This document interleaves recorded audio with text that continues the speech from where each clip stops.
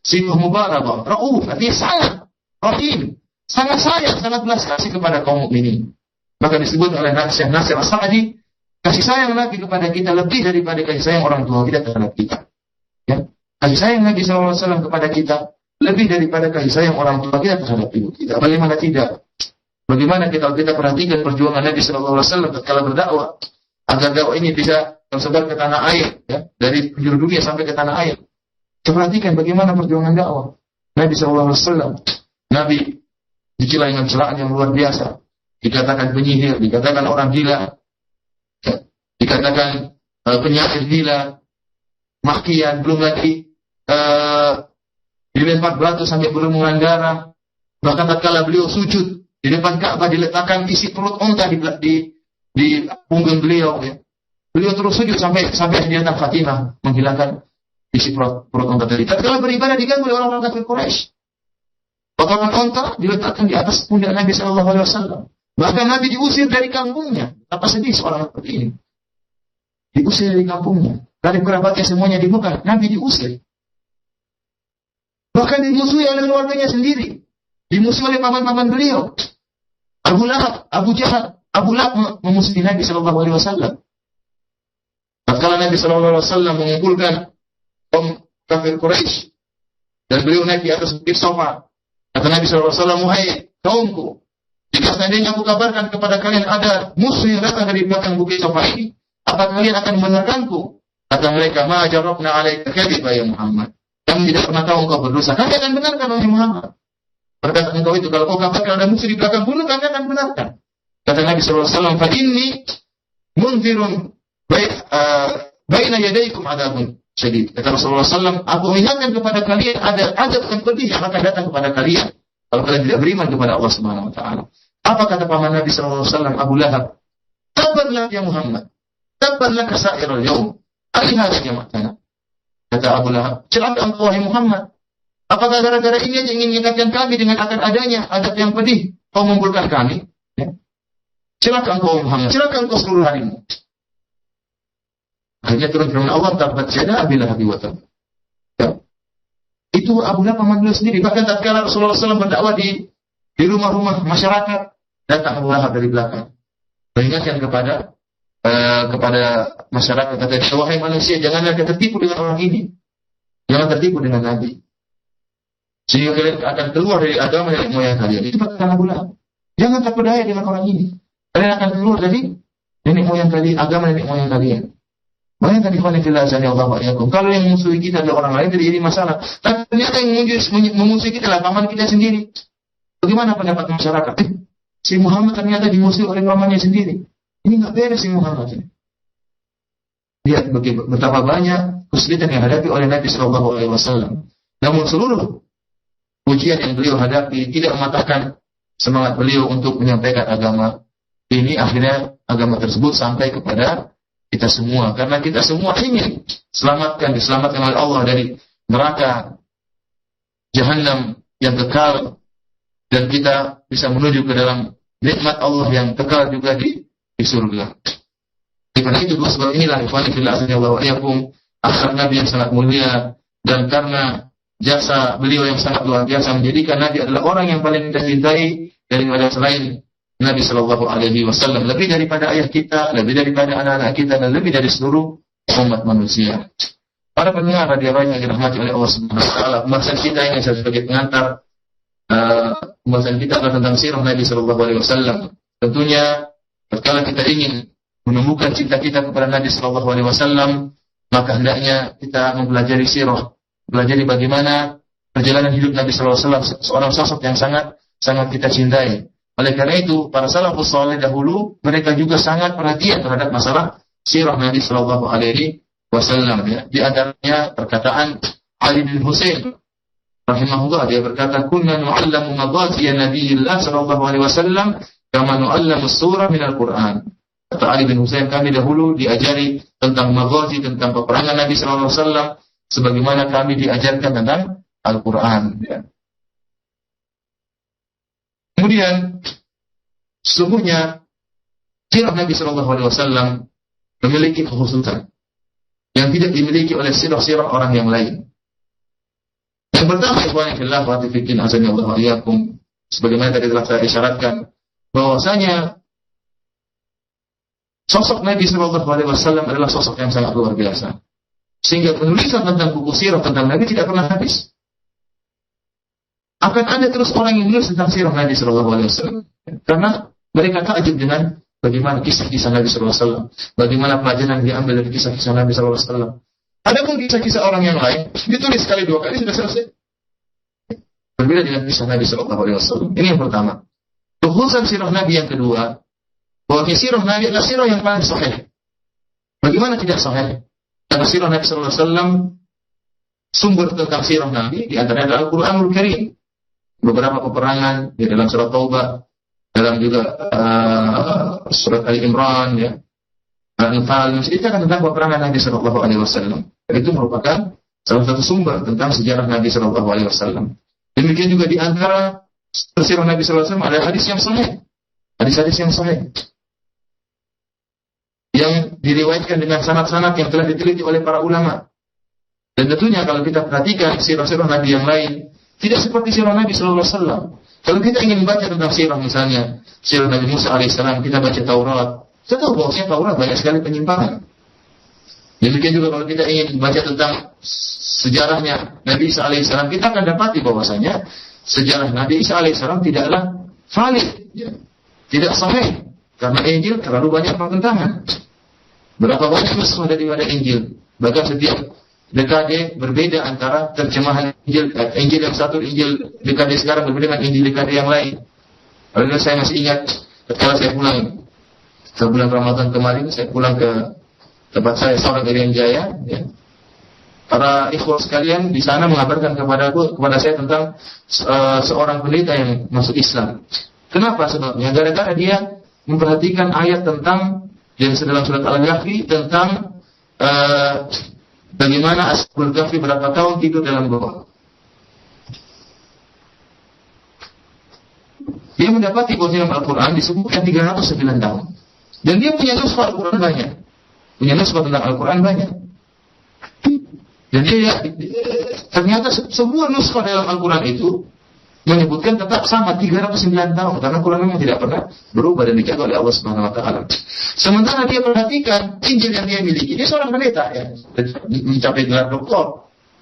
Kemudian dia memiliki nuskah Injil yang sangat banyak, dia dapati ternyata banyak perubahan. Gara-gara ini dia pun masuk Islam.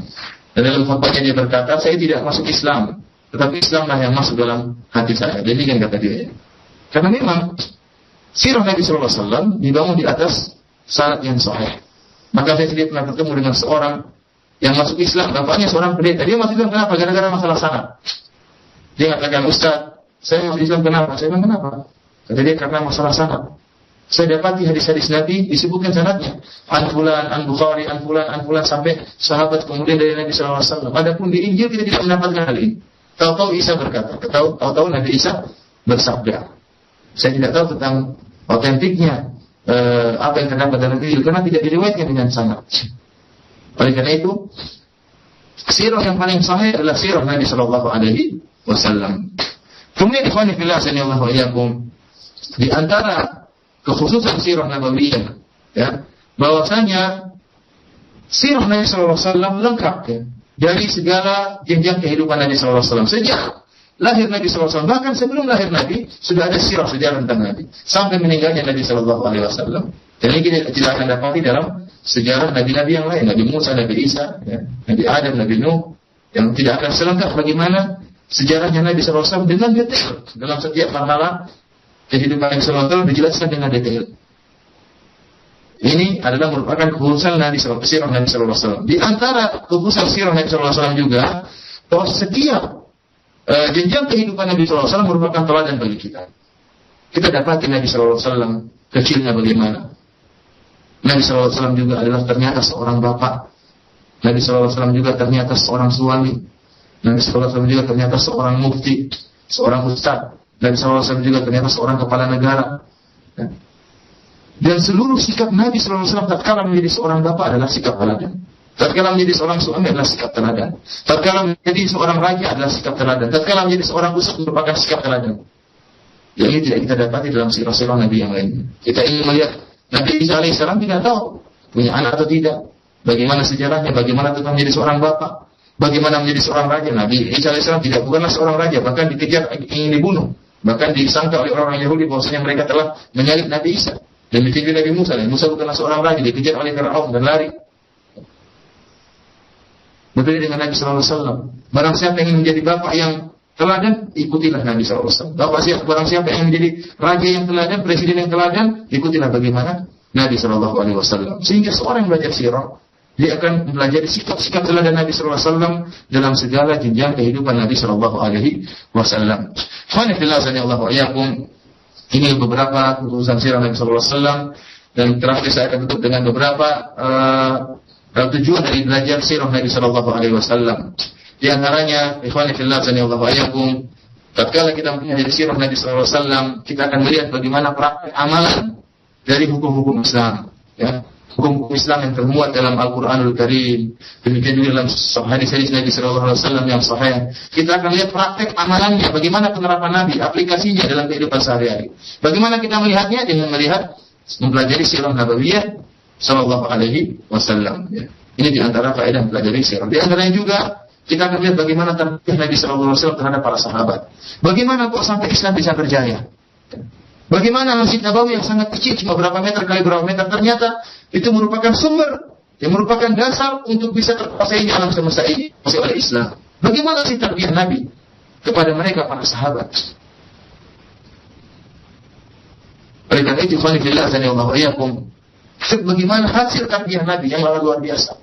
Kalau kita lihat bagaimana sahabat, bayangkan tatkala perang Tabuk, para sahabat terus berjalan dari kota Madinah menuju Tabuk yang sekitar 750 km. 750 km. Jauh sekali. Belum tatkala itu musim panas. Musim panas mereka berjalan. Namun iman mereka sangat kuat. Tetap mereka berjalan dari Madinah menuju Tabuk. Ya. Bagaimana iman mereka bisa luar biasa seperti itu? Kita saja mungkin waktu salat subuh dengar muadzin mengatakan hayya 'alas shalah, ya. As-shalatu khairun minan naum, salat lebih baik daripada tidur. Mungkin kita malah pakai selimut lagi, iqamah masih 10 menit lagi, tidur 5 menit lagi bisa. Bagaimana kalau kita dihadapkan dengan perintah Nabi untuk berjalan dari Madinah menuju Tabuk tatkala musim panas, dan panasnya bukan seperti di Indonesia, panas yang sangat luar biasa di sana. Ya, dia sampai 49-50 derajat Celcius. Belum menempuh padang pasir, tidak naik mobil, tidak naik jalan kaki, ada yang naik onta, ada yang naik kuda. Namun para sahabat tetap. Bahkan di antara para sahabat tatkala jihad, mereka ada yang puasa. Bagaimana keimanan mereka? Bagaimana tarbiyah Nabi Sallallahu Alaihi Wasallam? Pantaslah mereka dikatakan sebagai khairul umat, ukhrijat linnas. Mereka adalah umat terbaik yang pernah dikeluarkan bagi manusia. Oleh karena tatkala ada seorang ulama ditanya, mungkinkah kita akan kembali jaya sebagaimana sahabat? Kita beriman sebagaimana imannya sahabat, memiliki keimanan yang sangat luar biasa. Kata alim ulama tadi, tidak mungkin. Tidak mungkin. Kenapa tidak mungkin? Kata alim ulama tadi, kalau ingin seperti itu, harus gurunya juga seperti Nabi Muhammad SAW. Harus gurunya juga seperti Nabi Muhammad SAW. Oleh karena itu, ikhwan, saya sering sampaikan kepada ikhwan sekalian, jangan heran tatkala kita melihat keimanan sahabat yang luar biasa. Kenapa? Karena guru mereka Nabi Sallallahu Alaihi Wasallam. Mereka lihat langsung praktik Nabi, lihat langsung tawadhu Nabi, lihat langsung akhlak Nabi, lihat langsung mukjizat Nabi Sallallahu Alaihi Wasallam.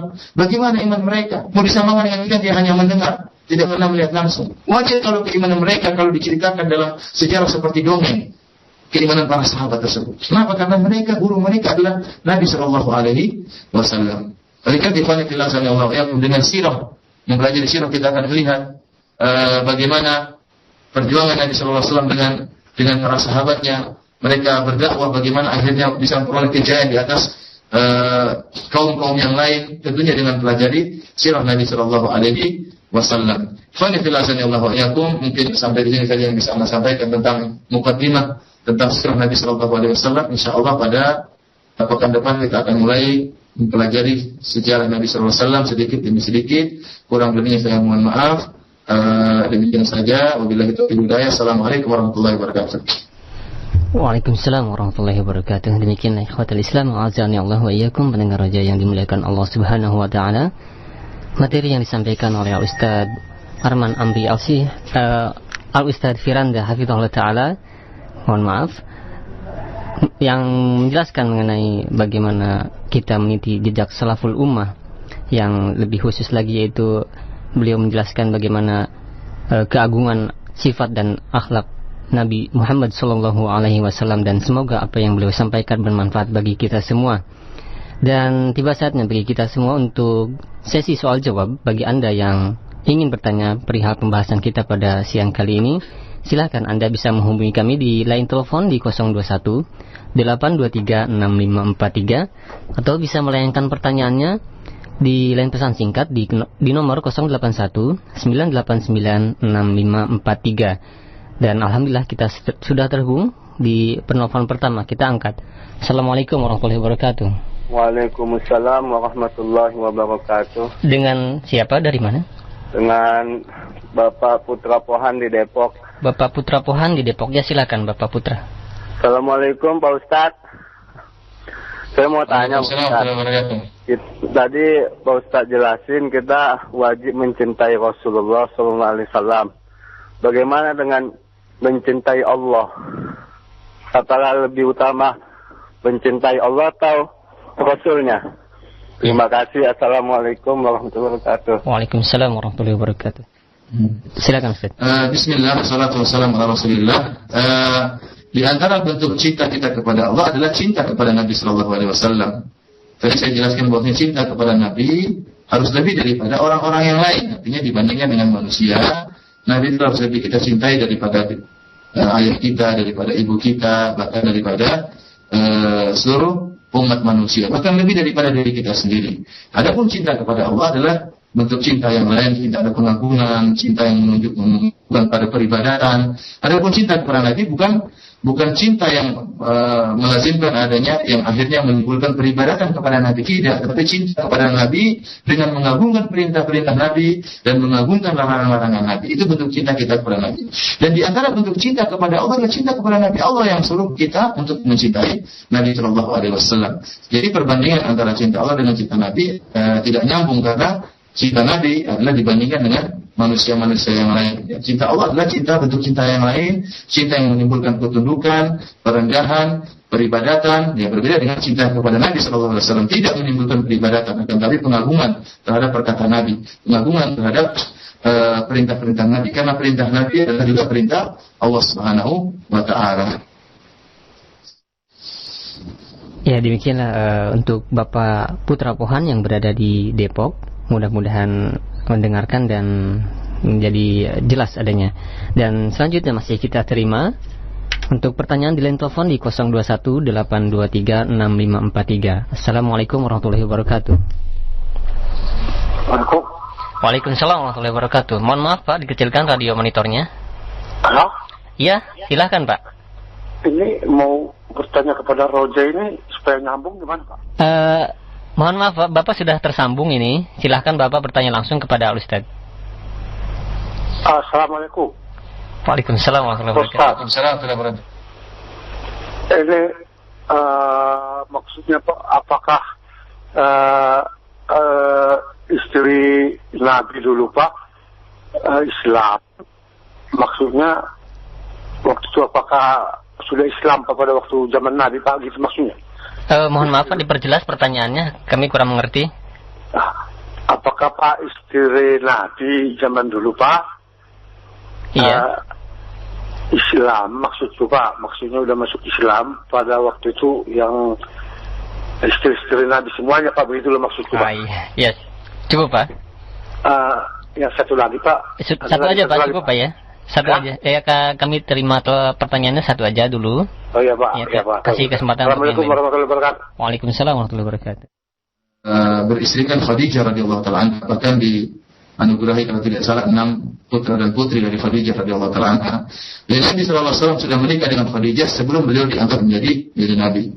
Tatkala beliau diangkat menjadi nabi, masih beristrikan Khadijah radhiyallahu taala anha. Oleh karena itu istri pertama Nabi sallallahu alaihi wasallam, Khadijah radhiyallahu taala anha, sesudah masuk Islam. Karena tatkala Nabi diangkat menjadi nabi, Nabi Muhammad diangkat sebagai nabi tatkala berumur 40 tahun, beliau masih beristrikan Khadijah radhiyallahu taala. Bahkan Khadijah adalah orang yang sangat membantu dakwah Nabi sallallahu alaihi wasallam dengan supportnya, dengan semangatnya, dan juga dengan harta yang dimiliki oleh wanita ini, oleh istri Nabi sallallahu alaihi wasallam. Adapun istri-istri yang lain dari Nabi sallallahu alaihi wasallam jelas juga beragama Islam karena menikah setelah meninggalnya Khadijah radhiyallahu taala anha. Ya, demikian untuk Bapak penelpon yang kedua. Dan kami mohon kepada penanya yang lainnya agar pertanyaan yang dilontarkan kepada Al-Ustadz itu disesuaikan dengan materi kita pada siang kali ini. Dan selanjutnya kita akan kembali di pertanyaan lain telepon di 0218236543. Assalamualaikum warahmatullahi wabarakatuh. Waalaikumsalam warahmatullahi wabarakatuh. Dengan siapa, dari mana? Dengan Imam. Imam. Di Waringin. Imam di mana? Jatiwaringin. Oh, Jatiwaringin. Ya, silakan langsung kepada Ustaz.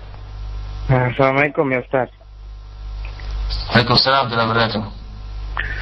Mau tanya kalau bagaimana sikap Nabi waktu menghadapi orang-orang kafir gitu, bersikap hormatnya itu seperti apa?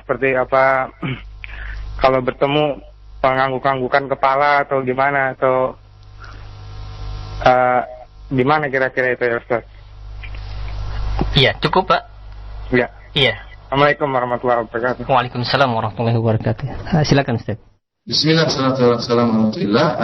Insyaallah mengenai tafsiran tadi, kebanyakan pertanyaan-pertanyaan datang tentunya tentang sejarah Nabi, dan insyaallah akan kita bahas sedikit demi sedikit ya, karena nanti kadang ditanya tentang sejarah Nabi yang sudah berkaitan yang jauh ya, tentunya oleh karena itu kita akan sampaikan sedikit demi sedikit tentang sejarah Nabi sejak mulai pekan depan dan seterusnya ya.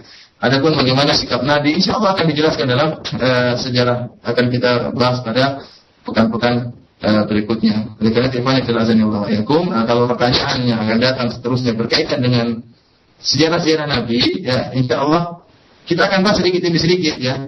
Karena tidak mungkin saya akan jawab semuanya, karena itu berkaitan dengan pengajian kita di pekan-pekan berikutnya. Allah alam bisawab. Ya, tapi mungkin karena pertemuan kita ini masih baru Ustaz ya. Iya, karena mungkin pertemuan kita masih baru Ustaz ya. Dan selanjutnya kita angkat pertanyaan yang masuk melalui pesan singkat. Yang pertama dari Abdullah di Cilengsi. Assalamualaikum warahmatullahi wabarakatuh. Barakallahu fiik. Ustaz, tadi dijelaskan bagaimana keagungan sifat dan akhlak Nabi Muhammad SAW. Ketika seseorang baru mendapatkan hidayah sunnah dan dia ingin melaksanakan sebagian kecil dari sunnah beliau dan akhlaknya, tapi dia terbentur dengan keadaan lingkungan yang kurang mendukung atau lingkungan yang buruk, sehingga dia takut terpengaruh oleh lingkungan tersebut, dan imbasnya penerapan muamalah dengan tetangga dan lingkungan sekitar terkesan kaku. Bagaimana nasihatnya? Karena ini sering terjadi pada sebagian besar kita yang baru mendapatkan hidayah sunnah. Uhbika fillah. Bismillah, salatu wassalamu Rasulillah. Kalau kita lihat sejarah Nabi sebelum akan kita jelaskan, Nabi SAW juga berinteraksi dengan orang-orang kafir. Meskipun Nabi SAW berdakwah, bukan berarti tatkala dakwah beliau menutup interaksi beliau dengan orang-orang kafir. Bahkan kita tahu Nabi SAW meninggal dunia dalam keadaan punya utang, punya gadai. Dia tidak pakai perang beliau digadaikan kepada seorang Yahudi. Nabi SAW juga berjalan di pasar. Oleh karena itu pantas orang-orang kafir menghina Nabi SAW dengan perkataan mereka, "Mali hadzal rasul ya'kulu ta'ama wa yamshi fil aswaq." Model apa Nabi ini, Nabi Muhammad ini? Kok ada rasul makan makanan dan jalan di pasar? Menunjukkan Nabi SAW berinteraksi. Demikian juga tatkala kita mengenal sunnah, kita praktekkan sunnah, kita juga berinteraksi dengan masyarakat, ketemu dengan orang, kita salami, kita kunjungi rumahnya kalau ada orang yang sakit, ya. Terkadang seorang beralasan, saya tidak masuk rumah seorang, kenapa? Karena situ ada televisi, karena ada macam-macam. Ya, di mana-mana juga seperti itu. Di mana-mana juga ada seperti itu. Jadi saya kita hindari seperti ini, yang namanya suatu yang ta'ummu bihil balwa, suatu kerusakan yang sudah beredar di mana-mana. Bukan berarti kita menetap di rumah saya tidak bisa keluar. Kalau begitu tidak bisa kemana-mana kita. Kita mau sekolah saja, mau ngaji aja melewati orang buka aurat. Mau ngaji aja naik motor dari macam-macam, mata kita sudah bermaksiat di mana-mana, sudah mendengarkan macam-macam, tidak jadi ngaji nanti akhirnya. Ya. Oleh karena itu bukan berarti ada kemaksiatan di hadapan kita menutup kita untuk berinteraksi dengan mereka. Tetap kita salami, tetap kita kunjungi kalau ada yang sakit, ya. Kalau kita punya hadiah kita berikan kepada mereka. Jadi jangan sampai karena kita mengenal sunnah akhirnya kita menjadi eksklusif. Justru itu yang membuat masyarakat jauh. Saya sungguh bahagia tatkala melihat ada seorang wanita yang bercadar kemudian mengunjungi rumah tetangganya. Dia datangi dengan bawa buku kemudian berikan kepada tangga tersebut. Subhanallah. Luar biasa seperti itu, ya. Bahkan suatu cerita yang pernah saya diceritakan oleh salah seorang akhwat, ya. Tatkala ada seorang akhwat pakai cadar, kemudian diganggu oleh seorang penjual. Dikatakan ninja hatori kalau tidak salah dipanggil ninja hatori. Penjual itu ganggu akhwat yang bercadar ini. Justru akhwat bercadar ini pun mendatangi penjual tadi dan beli barangnya. Bayangkan bagaimana rasa malu yang timbul di hati penjual ini. Dia diganggu, wanita diganggu malah beli di tempat dia. Itu dia rasa malu dan sungkan sekali. Ini sebenarnya menunjukkan akhlak yang mulia. Lihat Nabi sallallahu alaihi wasallam, ya, meskipun dia dihina dikatakan penyihir, namun orang masih tetap titipkan barang sama dia. Saya nggak bayangkan bagaimana sikap orang kafir Quraisy kali itu. Mungkin malam-malam datang menemui Nabi. Muhammad ini barang saya tolong dijaga. Tapi besok saya mau bilang kamu penyihir. Malamnya nyelipin barang, besoknya bilang kami penyihir dan orang gila. Bagaimana? Artinya saking lembutnya akhlak Nabi, ya, saking interaksi dia dengan orang-orang kafir Quraisy, sampai orang kafir Quraisy tetap menitipkan barang kepada Nabi. Kalau seandainya Nabi eksklusif tidak berinteraksi, mana mau orang-orang kafir Quraisy dititipkan barang kepada Nabi sallallahu alaihi wasallam. Nabi sallallahu alaihi wasallam interaksi dengan mereka. Kita pun demikian tatkala di masyarakat, tetap berinteraksi, tetap memberi salam, kalau bisa kita bantu. Kalau ada kerja bakti, jadilah orang pertama yang kerja bakti. Ya. Jangan malah ada kerja bakti di masyarakat kita malah tidak datang, ya. Kalau tidak datang dengan alasan kasih duit, masyarakat terkadang lebih senang kasih duit untuk belikan makanan. Jangan kerja bakti tidak ikut, apa tidak ikut, ya. Akhirnya kalau alasan saya tidak kerja bakti, kenapa ada akhwat yang tatkala ikut kerja bakti buka aurat, kelihatan pahanya misalnya. Terus kamu ke sekolah kamu ikut ngaji juga sama saja. Ya. Karena kondisi Indonesia tidak sama dengan kondisi di Arab Saudi, ya. Tidak sama dengan kondisi di Madinah. Oleh karena itu interaksi tetap harus ada, tetap dengan berusaha menjaga keimanan kita, menjauhi kemaksiatan semaksimal mungkin, dan tetap interaksi tetap jalan sehingga tidak terkesan bahwasanya dakwah Ahlussunnah adalah dakwah yang eksklusif yang mau masuk surga sendiri tidak ngajak orang lain. Itu yang kadang-kadang kita khawatirkan tersebar di masyarakat. Allah Ta'ala. Ya, demikian tuh pertanyaan yang masuk melalui pesan singkat, dan selanjutnya masih di pesan singkat pula. Yang kedua dari Eko di Jakarta. Assalamualaikum warahmatullahi wabarakatuh. Ustadz, ketika kita berusaha untuk mengikuti akhlak Rasulullah SAW, diantaranya untuk tidak pernah marah, seringkali kita tidak bisa menahan rasa marah tersebut dan timbul rasa benci kepada orang yang membuat kita marah. Mohon nasihat dari Ustadz bagaimana cara agar kita menahan rasa amarah dan tidak sebagaimana yang Rasulullah Shallallahu Alaihi Wasallam yang contohkan kepada Anas bin Malik radhiyallahu anhu yang hidup dengan beliau selama 10 tahun. Jazakallahu khair. Ikhwan fillah, hasanallahu wa iyyakum. Memang akhlak Nabi adalah akhlak yang sangat luar biasa. Ya. Bagaimana beliau tidak pernah marah, artinya marah kalau ada hak-hak Allah yang dilanggar. Adapun marah untuk diri beliau tidak pernah. Illa idzan tuhikat hurmatullah. Kalau ada hak Allah yang dilanggar baru beliau kemudian marah, ya. Beliau sering pernah mewasiatkan sebagai pengajian Syekh Abdul Razak yang pernah Anda terjemahkan. Rasulullah bersabda, "La taghdab." Faradda miraran, kata Rasulullah, jangan marah. Rasulullah ulangi, jangan marah. Orang tersebut mengatakan, "Awas ini Rasulullah, wasiatkanlah kepada aku." Rasulullah, "La taghdab." Jangan kau marah. Wasiatkan lagi kepada aku, Rasulullah, jangan kau marah. Datang lagi, wasiatkan kepada aku, Rasulullah, jangan kau marah. Menunjukkan wasiat ini adalah wasiat yang sangat luar biasa dari Nabi Shallallahu Alaihi Wasallam. Kalau kita perhatikan bagaimana Nabi Shallallahu Alaihi Wasallam, ya, dilempar batu sampai berdarah, kemudian dikatakan penyihir, dikatakan orang gila. Kita mungkin tidak pernah sakiti dengan sakit seperti itu. Tidak pernah kita dikatakan orang gila, tidak pernah dikatakan penyihir, tidak pernah dikatakan berdosa. Yang paling mungkin ada gangguan yang lebih ringan daripada itu. Oleh karena tatkala kita mungkin digoda oleh orang lain atau diganggu oleh orang lain, kita bersabar. Ingatlah Allah akan memberikan ganjaran yang kepada orang yang bersabar. Kemudian ingat dosa-dosa kita sangatlah banyak. Dosa-dosa kita sangatlah banyak. Dengan kita diganggu oleh orang, dengan kita didolimi oleh orang, akan mengurangi dosa-dosa kita. Akan mengurangi dosa-dosa kita. Namun hal ini kesabaran kita tidak menutup itu nasihat. Tetap kita memberi nasihat kepada orang kalau mampu. Kalau tidak mampu, sudah kita harus sabar dan ihtisab, berharap Allah memberikan pahala kepada kita dan berharap dosa-dosa kita yang sering kita lakukan tersebut terkurangi dengan sikap sabar kita. Ya. Kalau ada orang yang mengatakan kita dengan perkataan yang tidak benar, yakinlah kita hanya sekedar mengukur dosa kita kepada dia. Alhamdulillah ada orang yang mengambil dosa saya. Ya. Ada orang yang mengambil dosa saya. Oleh karena itu kalau ada seorang salaf yang digibahi, ketahuan ternyata orang tersebut gibah terhadap dia, malah dia kasih makanan, hadiah. Tapi apa ini? Orang yang tadi gibah tanya kenapa? Karena kau telah berbuat baik kepada aku, yaitu sebagian dosaku telah kau pikul. Ini hadiah bagimu. Itu merupakan perbuatan baik. Oleh itu dia seorang yang beriman kepada akhirat dan meyakini bahwasanya kalau ada orang berbuat baik kepada dia, maka dosa-dosa dia akan dipikulkan kepada orang yang berbuat baik. Maka dia akan bersabar. Allah Ta'ala alam berdoa. Iya, demikianlah pendengar roja yang dimuliakan Allah Subhanahu wa taala. Pertanyaan yang masuk melalui pesan singkat dari Bapak Eko. Dan selanjutnya kita beralih di line telepon di 021 823 6543. Assalamualaikum warahmatullahi wabarakatuh. Waalaikumsalam warahmatullahi wabarakatuh. Dengan siapa, dari mana? Ya, ini dengan Mamai di Bintaro. Mamai.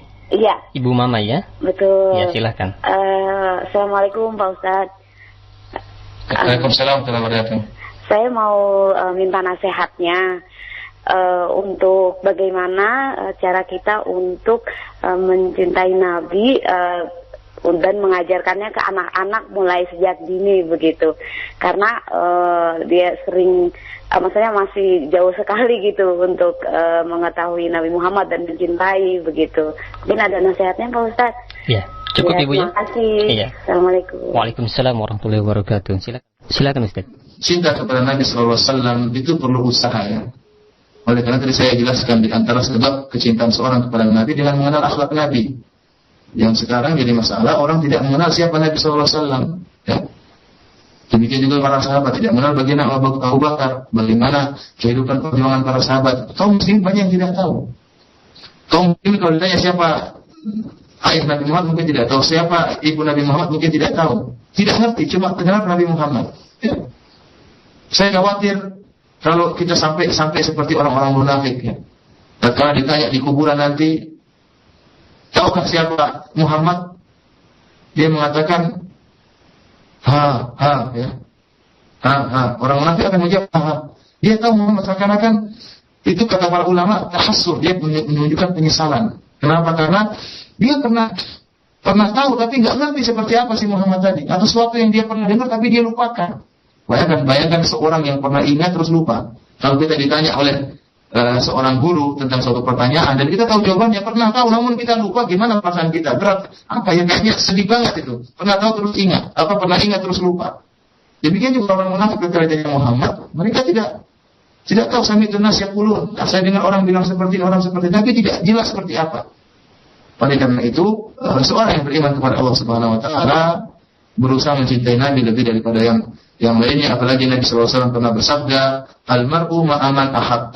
Sungguhnya seorang itu akan dikumpulkan oleh Allah Subhanahu wa taala bersama dengan orang yang dicintai. Kalau kita cinta kepada Nabi Muhammad SAW, ya, maka kita akan dikumpulkan bersama Nabi SAW di akhirat kelak. Oleh karena itu, Anas bin Malik ketika mendengar hadis Nabi SAW ini, al-mar'u ma'aman ahad, sungguhnya seorang akan dikumpulkan pada hari kiamat bersama orang dicintai. Kata Anas, fa inni uhibbun nabi, sungguhnya saya cinta kepada Nabi, wa uhibbu Abu Bakrin, dan aku cinta kepada Abu Bakar, wa uhibbu Umar, dan aku cinta kepada Umar, wa arju an akuna ma'ahum, dan aku berharap Allah mengumpulkan aku bersama Umar, bersama Abu Bakar, bersama Nabi SAW. Wa ilam aku a'mala bimithli a'mali, meskipun amalanku tidak seperti amalan mereka. Tidak mampu kita beramal seperti amalnya Nabi tidak mampu kita beramal seperti amalnya Abu Bakar, tidak mampu kita beramal seperti amalnya Umar, namun kita cinta kepada mereka. Dan kita berharap Allah akan mengumpulkan kita bersama mereka dengan rasa cinta kita kepada mereka. Karena Nabi bersabda, "Al-mar'u ma'aman ahab." Sungguhnya seorang akan dikumpulkan oleh Allah sesuai sama dengan orang yang dicintai.